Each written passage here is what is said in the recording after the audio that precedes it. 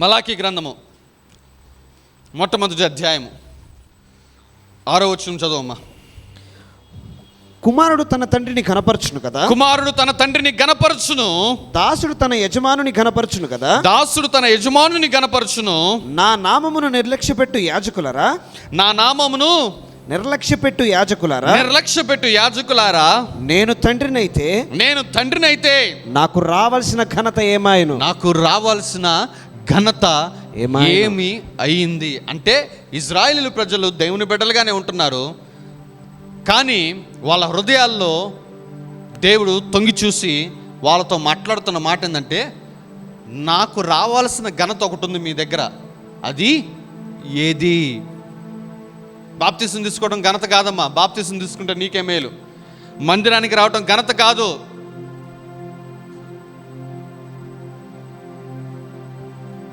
అవన్నీ నీకు నువ్వు చేసుకుంటున్న మేలులు, ఉపకారాలు, అది నీ జీవితం కొరకు. బట్ ఇక్కడ దేవుడు అంటున్నాడు, నేను మీకు తండ్రిని అయితే నాకు రావాల్సిన ఘనత ఏమాయను అంటున్నాడు. ఏ విధముగా మనము దేవుణ్ణి గణపరచగలమంటే 3-4 విషయాలు ఉన్నాయి, కానీ అవన్నీ చెప్పను. కానీ ఒకే అంశము చెప్పి, ఒక్క విషయం చెప్పి నేను ముగించేసేస్తాను. చదువుదామ్మా, కంటిన్యూ చేద్దామమ్మా. నేను తండ్రినైతే నాకు రావాల్సిన ఘనత ఏమాయను, నేను యజమానుడనైతే నాకు భయపడువాడు ఎక్కడ ఉన్నాడు అని సైన్యములకు అధిపతియగు యెహోవా మిమ్మును అడుగగా, ఏమి చేసి నీ నామాన్ని నిర్లక్ష్య పెట్టితమని మీరందరూ. నేను ఒక క్వశ్చన్ ఏంగానే మళ్ళీ మీరు క్వశ్చన్ వేస్తున్నారు. ఏం చేసామయ్యా? ఏమి చేసి నిన్ను నిర్లక్ష్యపరిచాము? నిన్ను ఘనపరచలేదు అంటున్నావు కదా. మేమైతే ఘనంగానే ఎంచుకుంటున్నాము నిన్ను, కానీ నేను మిమ్మల్ని గణపరచలేదని నువ్వు అంటున్నావు. ఎక్కడ నిర్లక్ష్య పెట్టాము? ఏమి చేసాం మాకు తెలియజెప్పు అంటే, ఇదిగో తర్వాత మాట్లాడుతున్న మాట దేవుడు. నా బలిపీఠము మీద అపవిత్రమైన భోజనమును మీరు అర్పించుచు. ఏంటంటే ఏం చేస్తున్నారు? నా బలిపీఠము మీద అపవిత్రమైన భోజనము అర్పిస్తున్నారు. నా బలిపీఠము మీద అపవిత్రమైన భోజనము. నూతన నిబంధనలకు ఆ మాటను తర్జుమా చేస్తే, నాకు అర్పిస్తున్న కానుకలు, నాకు అర్పిస్తున్న అర్పణములు, విత్తనములు, దశమ భాగములు, అది ఏంటంట? అపవిత్రమైనవి అంటున్నాడు. చదువు ఆ మాట మరలా. నా బలిపీఠము మీద అనగా దేవుడు నీకు ఇచ్చిన పరిచర్యలో అపవిత్రమైన భోజనమును మీరు అర్పించు. అపవిత్రమైన భోజనము. పాత నిబంధనలు ఏం చేసేవాళ్ళు? ఎడ్లు, మేకలు, కోడలు తీసుకుని వచ్చి బలిచ్చి దైవ సేవకుడికి శ్రేష్టమైన భాగం ఇచ్చి అదే దేవుని మందిరంలో కూర్చొని భోజనము చేసేవాళ్ళు. దైవ సేవకుడికి ఇచ్చి ఏమని బిలీవ్ చేస్తామంటే, ఇది దైవ సేవకుడు తీసుకున్నాడంటే ఇది దేవుడు తీసుకున్నాడు అని చెప్పేసి. దేవుడు ఏమన్నాడంటే, నాకు ఇచ్చారని చెప్పి అంటున్నారు కదా, నా బలిపీఠం మీద మీరు పెట్టిన భోజనం ఏంటంటే అపవిత్రమైన భోజనం పెట్టారు మీరు. అందుకే అన్నాడు, నాకు రావాల్సిన ఘనత ఏమైంది? ఏంటి అపవిత్ర? అసలు అమ్మ నేను చెప్పనా, నీ అర్పణముల విషయంలో, నీ కానుకలు చెల్లించే విషయంలో చాలా చాలా కేర్ఫుల్గా ఉండాలమ్మా. చాలా చాలా కేర్ఫుల్గా ఉండాలి. You need to be very very very cautious and careful while you are sowing seeds. నువ్వు దేవునికి అర్పణములు, కానుకలు, దశమ భాగములు చెల్లిస్తున్నప్పుడు ఎంత జాగ్రత్తగా ఉంటావంటే అంత జాగ్రత్తగా ఉండాలి నువ్వు. ఎందుకంటే నీ అర్పణములు దేవుని గణపరుస్తాయో గణపరచమో నిర్దేశిస్తాయి. అపవిత్రమైన అర్పణములు అర్పిస్తున్నారంట దేవుని బలిపీఠం మీద ఇజ్రాయేలు ప్రజలు. దేవుడు మాట్లాడుతున్నాడు, ఆఫరింగ్స్ గురించి మాట్లాడుతున్నాడు. అపవిత్రమైన భోజనములు అర్పిస్తున్నారు. దానివల్ల జరిగిన నష్టం ఏంటో తెలుసా? చదువు అమ్మ మాట కంటించి. నా బలిపీఠము మీద అపవిత్రమైన భోజనమును మీరు అర్పించుచు, ఏమి చేసి నిన్ను అపవిత్ర పరిచితమని మీరందరూ. అమ్మా, అసలు ఆ మాట చూసారా? ఆ మాట విన్నారా? అపవిత్రమైన భోజనమును అర్పిస్తే భోజనం అపవిత్రం అవలా, లేదంటే అపవిత్రమైన భోజనం అర్పించాడని దేవుడు చెప్పటం లేదు. ఏమంటున్నాడు? ఏమి చేసి నిన్ను అపవిత్రపరిచాము అంటే, అపవిత్రమైన భోజనమును అర్పించడం వల్ల జరిగిన నష్టం ఏంటంటే, దేవుణ్ణి వారి జీవితంలో అపవిత్రునిగా చేసేస్తున్నారు. ఆ మాట అర్థమవుతుందా మీకు? మరలా చదువున్న మాట. ఏమి చేసి నిన్ను అపవిత్రుడిగా అపవిత్ర పరిచితమని మీరందరూ. ఏమి చేసి నిన్ను అపవిత్రపరిచాము, ఏమి చేసి అపవిత్రమైన భోజనం అర్పిస్తుంటే వీళ్ళు అనుకుంటున్నారు అపవిత్రమైన భోజనం అర్పిస్తున్నాం కదా అనుకుంటున్నారు. కానీ దేవుడు ఏమంటున్నాడంటే అపవిత్రత నాకు అంటించారు మీరు అంటున్నాడు. నువ్వు సరిగ్గా అర్పణములు అర్పించకపోతే, నువ్వు సరైన విధానంలో కానుకలు దశమ భాగములు చెల్లించనట్లయితే, ఇదిగో దేవునికి మాలిన్యము అంటిద్దని దేవుడే చెబుతున్నాడు ఆ వాక్యంలో.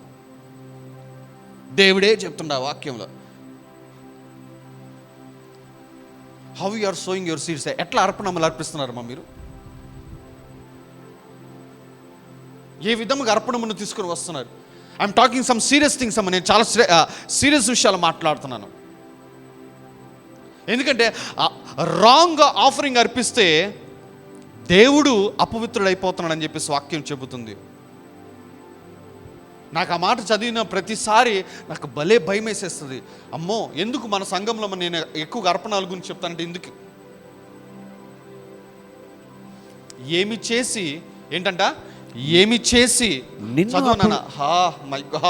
ఏమి చేసి నిన్ను అపవిత్రపరిచితమని మీరు, ఏమి చేసి నిన్ను, అసలు ఆయన కనుదృష్టి దుష్టత్వము చూడలేనంత నిష్కలంకమైనదంట.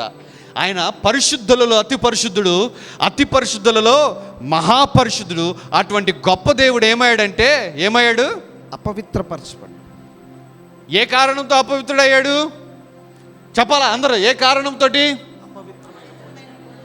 అపవిత్రమైన భోజనమును బలిపీఠం మీద అర్పించడం వల్ల, ఇంకా మన వాడుక భాషలో చెప్పాలంటే అపవిత్రముగా అర్పణములు అర్పించడం వలన, అపవిత్రముగా అర్పణములు అర్పించడం వలన.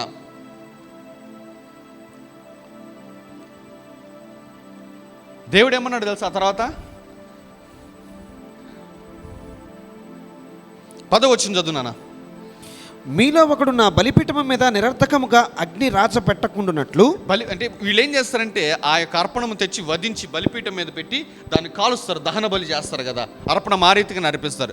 దేవుడు ఏమంటాడు చూడండి, మీలో ఒకడు నా బలిపీఠము మీద నిరర్థకముగా అగ్ని రాచ పెట్టకుండానట్లు. నిరర్థకముగా అంటే ఇట్లాంటి అపవిత్రమైన దాన్ని కాల్చడం కోసం అగ్ని నిరర్థకము.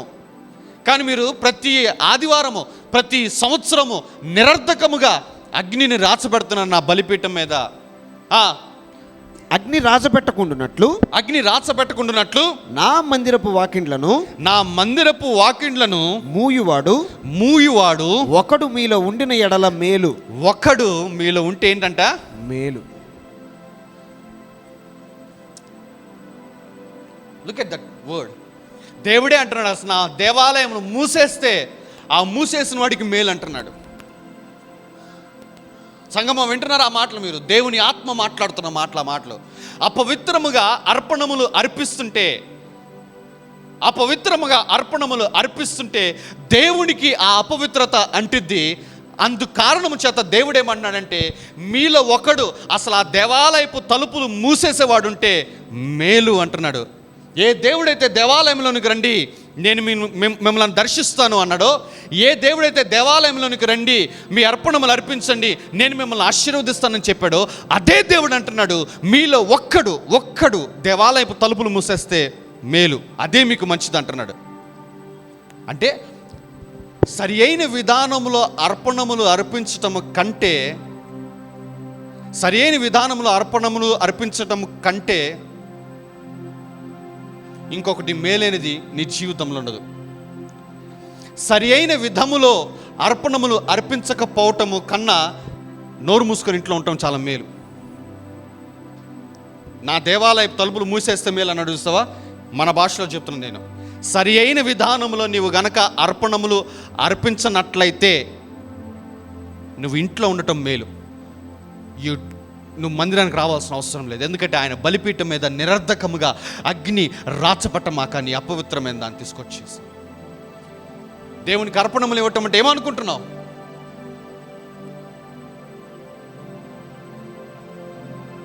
It is the way of showing your honour to God. నీ అర్పణము ద్వారా నువ్వు దేవుడికి చెబుతున్న విషయం ఏంటంటే, ఈ రీతిగా నేను నిన్ను గణపరుస్తున్నాను చెప్తున్నాను. అపవిత్రమైనది అసలు ఆ మాటలు సరే ఎంత బరువెక్కిన మాటలు తెలుసా? మీరు ఎట్లా చదివేసుకుంటున్నారు. కానీ నేను ఈ మలాకీ గ్రంథంను దాదాపు నాకు తెలిసినంత వరకు 4 అధ్యాయాలే ఉంటాయి. ఈ 4 అధ్యాయాల్లో 7 ప్రశ్నలు ఉంటాయి. 7 ప్రశ్నల జవాబులే ఈ 4 అధ్యాయాలు. ఈ 4 అధ్యాయాలు దాదాపు నేను ఒక 3-4 వారాలు ధ్యానించాను తెలుసు, ఈ 4 అధ్యాయాలే. ఎందుకంటే ఒక్కొక్క అధ్యాయం ఆ మాట చదువుతూ అక్కడ దాకా రాగానే దుఃఖం వచ్చేసేసింది. బయటికి వెళ్ళిపోయేవాడిని. అయ్యా ఏంటయ్యా ఆ మాట, ఏంటా మాట? మందిరము తలుపు మూసేస్తే మేలంటున్నావేంటి? అంత బాధ పెడుతుందా నిన్ను? మందిరము తలుపులు మూసేస్తే మేలని చెప్తున్నావు, నీకే అపవిత్రత అంటున్నావు. అంత దారుణముగా ఉన్నాయా మా అర్పణములు అని నేను ఈ అధ్యాయం చదివినప్పుడు నేను ప్రభు దగ్గర అడిగిన, అయ్యా నేను పుట్టిన దగ్గర నుంచి ఇప్పటి వరకు అర్పించిన అర్పణాల్లో ఖచ్చితంగా అపవిత్రమైన అర్పణలు ఉంటే నాకు తెలిసి తెలియకుండా ఎన్నో పర్యాయాలు నా అర్పణముల ద్వారా అపవిత్రత నీకు తీసుకుని వచ్చి ఉంటాను, కృపతో క్షమించు అని చెప్పేసి నేను ప్రభుని బతిమలాడుకున్నాను.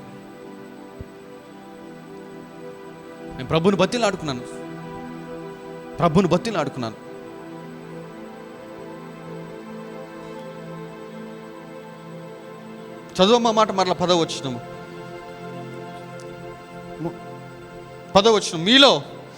మీలో ఒకడు నా బలిపీఠము మీద మీలో ఒక్కడు నా బలిపీఠం మీద నిరర్థకముగా అగ్ని రాచపెట్టకుండానట్లు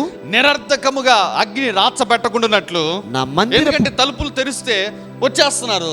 సేవకుడు అనేవాడు ఇంకేం చేస్తా, అర్పణలు తెచ్చాడు కదా అని చెప్పేసి అగ్ని రాచపెట్టి దాన్ని దహన బలిగా చేస్తున్నాడు. దేవుడు ఏమంటున్నాడంటే, మీలో ఒక్కడు నా బలిపీఠం మీద నిరర్ధకముగా అగ్ని రాచబెట్టకుండానట్లు నా మందిరపు వాకిండ్లను, చదువు నా మందిరపు వాకిండ్లను మూయివాడు ఒక్కడు మీలో ఉండిన ఎడల మేలు. అది మేలంట. సంగమా, అర్థమవుతుందా? నీ దశమ భాగాలను ఎట్లా అర్పిస్తున్నావు? నీ విత్తనములు ప్రతి ఆదివారం తీసుకుని వచ్చి అర్పిస్తున్నావు కదా. How you are sowing.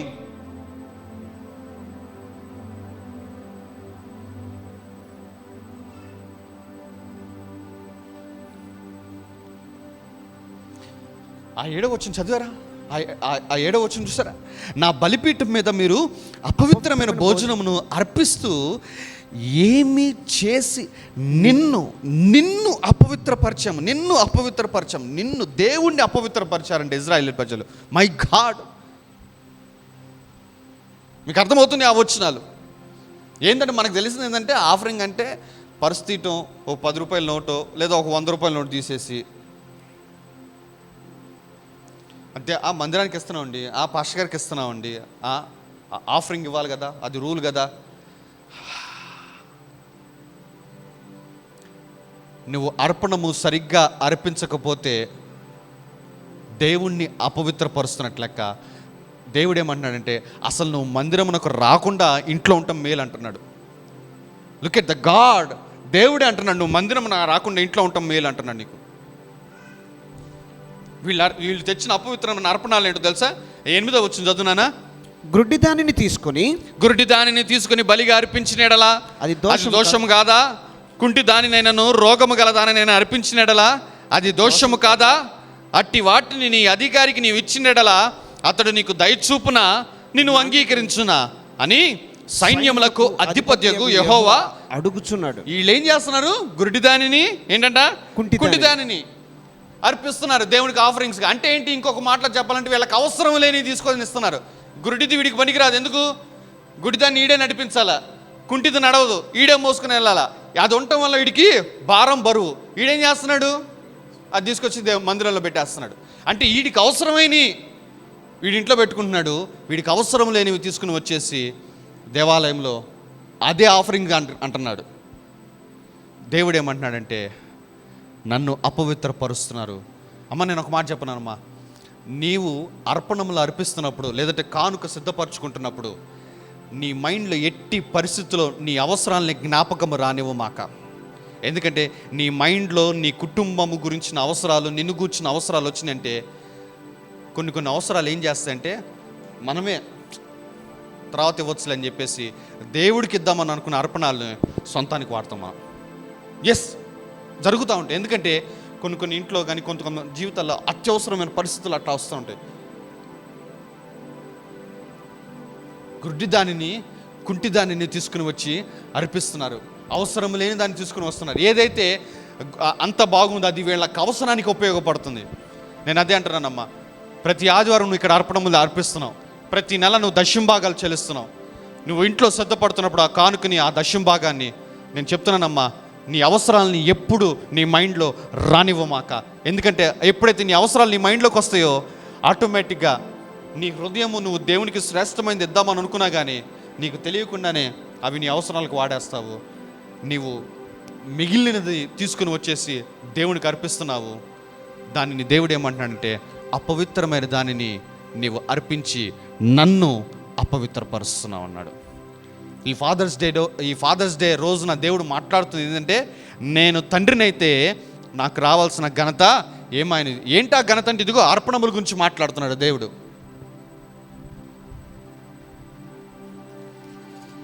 అదే అధ్యాయంలో 14 వచనం చదువునానా. నేను ఘనమైన మహారాజునై ఉన్నాను, నేను ఘనమైన మహారాజునై ఉన్నాను, అన్యజనులలో నా నామము భయంకరమైనదిగా ఎంచబడుచున్నదని, అన్యజనుల్లో నా నామము భయంకరమైనదిగా ఎంచబడుచున్నది అని సైన్యములకు అధిపతియగు యెహోవా సెలవిచ్చుచున్నాడు. కాబట్టి తన మందలో మగతి ఉండగా యెహోవాకు మ్రొక్కుబడి చేసి చెడిపోయిన దానిని అర్పించు వంచకుడు శాపగ్రస్తుడు. చెడిపోయిన దానిని అర్పించు వంచకుడు ఏంటంట? శాపగ్రస్తుడు. తన మందలో మగతి ఉండి కూడా చెడిపోయిన దానిని అర్పించే వాడిని ఏమంటున్నాడు దేవుడు? వంచకుడు, మోసం చేసినవాడు అంటున్నాడు.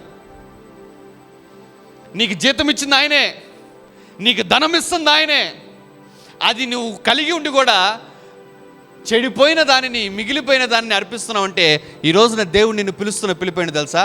వంచకుడు.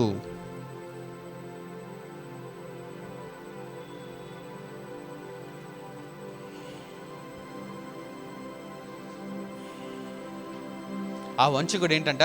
శాపగ్రస్తుడు. అజ్ఞానంతో అమ్మ ఒక్కసారి స్వయం విమర్శ చేసుకో.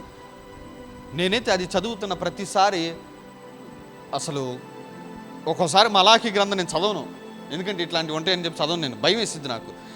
కానీ కొన్నిసార్లు చదువుతాను, చదివి మరలా పశ్చాత్తాపడతా ఉంటా. అయ్యా, ఏమన్నా నేను గతంలో అర్పించిన అర్పణాల్లో అపవిత్రత ఏమైనా ఉందేమో, నేను అపవిత్రపరిచానేమో, నా అజ్ఞానంతో. అయ్యా, అప్పుడు నాకు అంత ప్రత్యక్షత తెలీదు, అప్పుడు నాకు అంత వాక్యం తెలీదు, అందుకే ఏమన్నా ఆఫరింగ్లో ఊరక ఓపెన్ చేసేసి ఏదో కనపడిన నోటు ఇచ్చానేమో, నన్ను క్షమించు ప్రభా అని చెప్పేసి పదే నేను పశ్చాత్తాపడతా ఉంటాను నేను.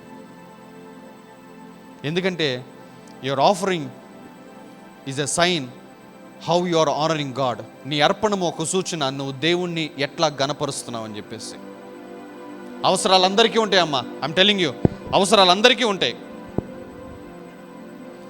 ఆ అవసరాలని కూడా పక్కన పెట్టేసేసి శ్రేష్టమైంది ప్రభుకి ఎప్పుడైతే అర్పిస్తావో, నిన్ను దేవుడు గనుడుగా, నీవు దేవుడిని గనుడిగా ఎంచావు కాబట్టి నిన్ను దేవుడు గనుడిగా ఎంచుతాడు, నిన్ను కుమారుడిగా ఆశీర్వదిస్తాడు. అంతేగాని గుడ్డి దానిని, కుంటి దానిని ఇజ్రాయేల్ ప్రజలు తీసుకొని వచ్చి అర్పణములు అర్పి చూసారు. ఇక్కడ చూడండి, ఇది 14 వచనంలో వాడికి ఒక మంద ఉందంట, ఆ మందలో మగది కూడా ఉందంట, అయినా కానీ ఈడేం తీసుకొచ్చాడు? చెడిపోయింది. వీడికి ఉద్యోగం ఉంది, కొద్ది గొప్ప జీతం వస్తుంది, ఆ దాంట్లో శ్రేష్టమైనది తీసుకుని ఉద్యోగం కావాలని ప్రార్థన చేసుకుంటా ఉంటావు, ఉద్యోగం ఇస్తాడు దేవుడు. ఉద్యోగం రాగా నీకేం చేస్తావు? ఎమ్మంటే బజాజ్ కార్డు తీసుకుంటావు నువ్వు. హలో, నిజమే కదా? బజాజ్ కార్డు వస్తుంది, ఎమ్మటే క్రెడిట్ కార్డు వస్తుంది, తీసుకుంటావు. ఎందుకు? 6 నెలలు నువ్వు నీ ట్రాన్సాక్షన్ చూసి వాడు ఎమ్మటే నీకు ఇస్తాడు. వద్దన్న కొద్దికి సార్ బజాజ్ కార్డు కావాలా అంటాడు. సరే బజాజ్ కార్డు ఆడు ఇవ్వటం ఒక 50,000 60,000 ఇస్తాడు నీకు లోను. అది ఉండగానే నీకు అస్సలు ఆగదు ప్రాణం. ఎమ్మటే యాప్స్ లేకపోయినా కానీ డౌన్లోడ్ చేసుకుంటావు. అమెజాను చెప్పండి అమ్మా, అర్రే అస్సలు ఏం మేము కొన్నాం పాష్ గారు, కొనగానే వాడు ఖచ్చితంగా 2వ తారీఖున పెడతాడు. ఏంటది? కట్టింగ్లు. నీకు ఉద్యోగం ఇచ్చి ఆదాయం ఇచ్చింది ఎందుకంటే అందులో శ్రేష్టమైనది దేవునికి ఇచ్చి మిగతా దాంతో నువ్వు నీ కుటుంబం గడపాలని. అంతేగాని దేవునికే కట్ చేస్తే ఎట్ట చెప్పు నువ్వు? ఏంటంటే ఈఎంఐలు ఎక్కువ అయిపోతున్నాయి పాస్టర్ గారు.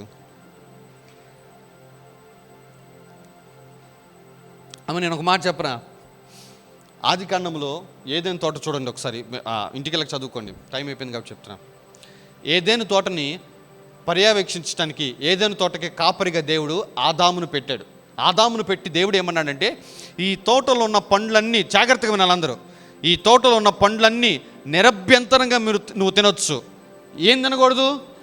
మంచి చెడులను తెలివినిచ్చే ఆ ఒక్క వృక్షమును, దాని పళ్ళను తినమాకన్నాడు. అది చదువుతున్నప్పుడు దేవుడు నాతో ఏం మాట్లాడాడు తెలుసా? ఆ తోటలో ఉన్న మిగతాదంతా 90%, ఆ ఒకటి తినొద్దు అన్నాడు చూసావా, అది దశమ భాగం. అర్థమైందా? Come on, give God some praise. నీకు ఉద్యోగం ఇచ్చాడు, ఉద్యోగంలో ఆ తోటలో చాలా పండ్లు ఉన్నాయి, నిరభ్యంతరంగా తినేసే, ఒకటి తినమాక. మనోళ్ళు ఏం చేశారు? ఇప్పుడు కూడా అదే ఉన్నాం. మనం ఏం చేస్తాం? చెయ్యి పెడితే దశమ భాగం దానికే పెడతాం మనం చెయ్యి. పెద్ద ఈ ఆఫీసులో మాత్రం తీయంగానే ఆఫరింగ్ కవర్లో పెడతాడు, ఎన్వలప్ కవర్లో పెడతాడు. కొంతమంది ఇంటికే తీసుకెళ్తారు, ఆఫరింగ్ హౌస్ పెడతారు, ఇంట్లో పెడతాడు. 2వ తారీఖు మెసేజ్లు వస్తాడు, టప్ టప్ టప్ టప్ అని కట్ అయినట్టు, అది డెబిట్ అయింది, ఇది డెబిట్ అయింది అని చెప్పేసి. ఇంకా చెయ్యి ఎక్కడికి వెళ్తుంది? అది బాగా రమ్యంగా కనపడుతూ ఉంటుంది. ఆ మాటలు ఏందమ్మా? చూచుటకు రమ్యంగా, అందంగా, అదే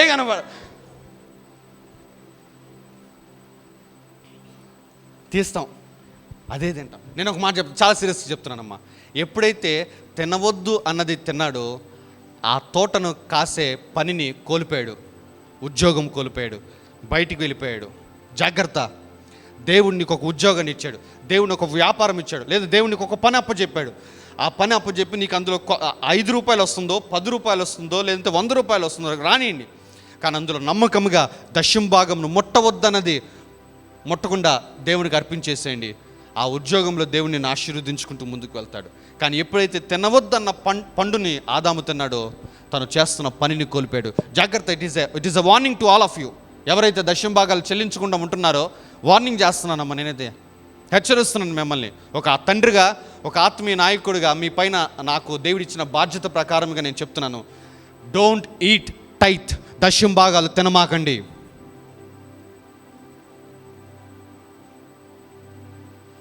డోంట్ ఈట్ టైత్.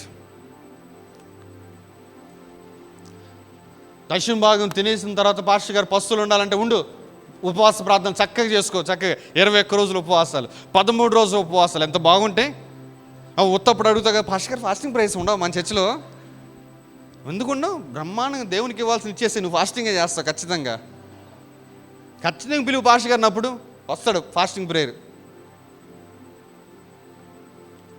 అప్పుడు ఫాస్టింగ్ కాదు, అదేంటి ఇంకా అదేదో. నేను తండ్రినైతే నాకు రావాల్సిన ఘనత ఏమాయను.